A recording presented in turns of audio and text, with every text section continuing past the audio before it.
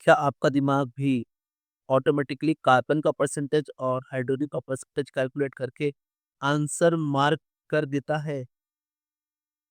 Examiner को ये बात पता है, उन्होंने जानबूझकर ऑप्शन सी में कार्बन का परसेंटेज 39.87% डाला ताकि आप ऑक्सीजन निकालना भूल जाएं।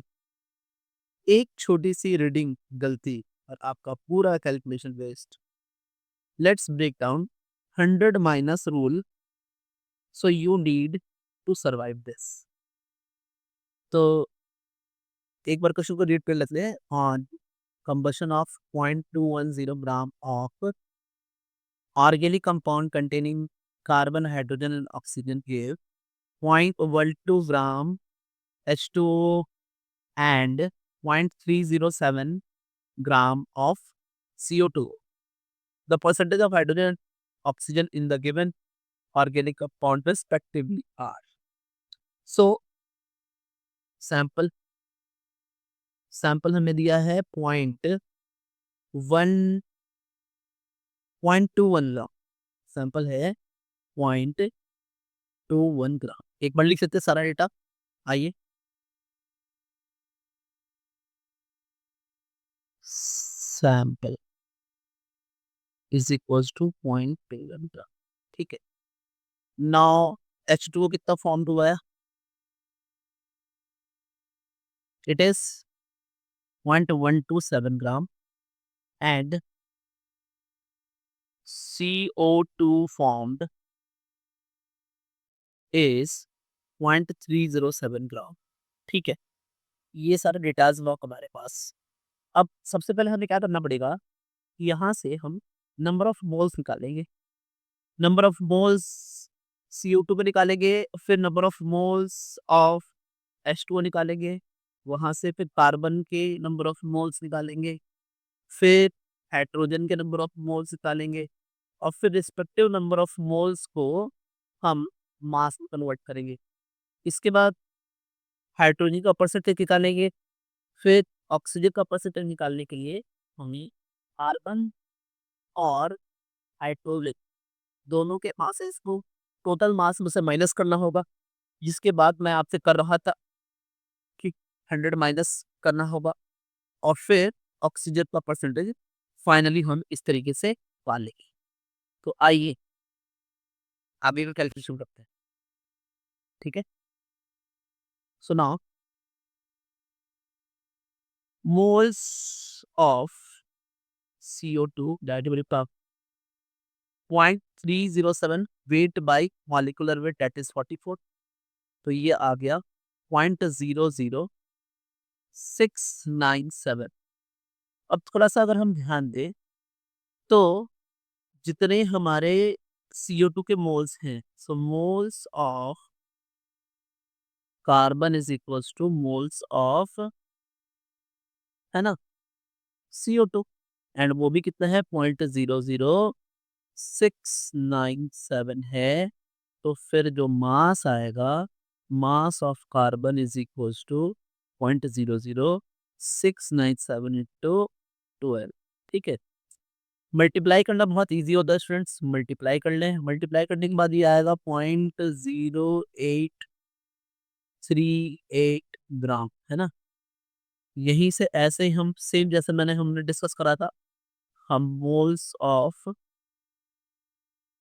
H2O निकालेंगे जो कि होगा 0.27 अपॉन 80, जो हमें देगा 0.00706 ग्राम।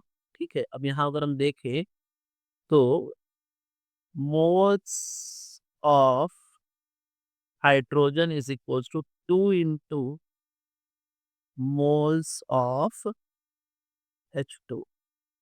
ठीक है, क्योंकि दो हाइड्रोजन है इसलिए यहाँ पर ये 2 इंटू 0.00706 ग्राम आया, जो कि फाइनली हमारा आ रहा है 0.01412 ग्राम। दोनों ग्राम आ चुके हैं, है ना। अब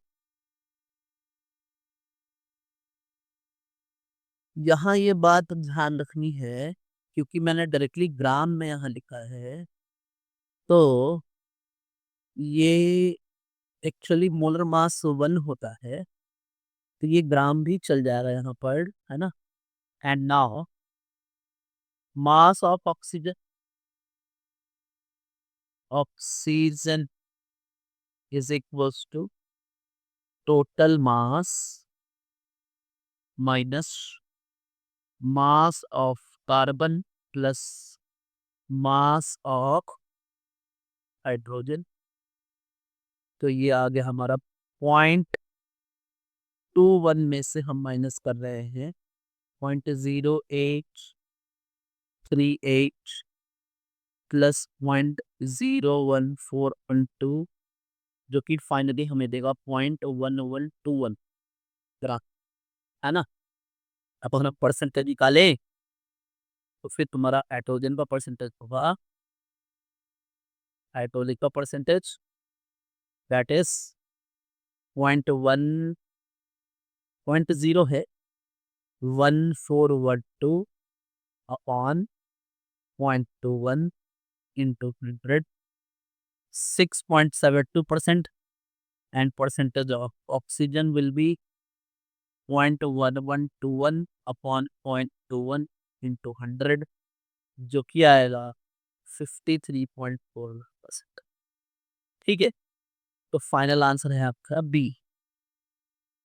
final answer is B, 6.72% and 53.41%।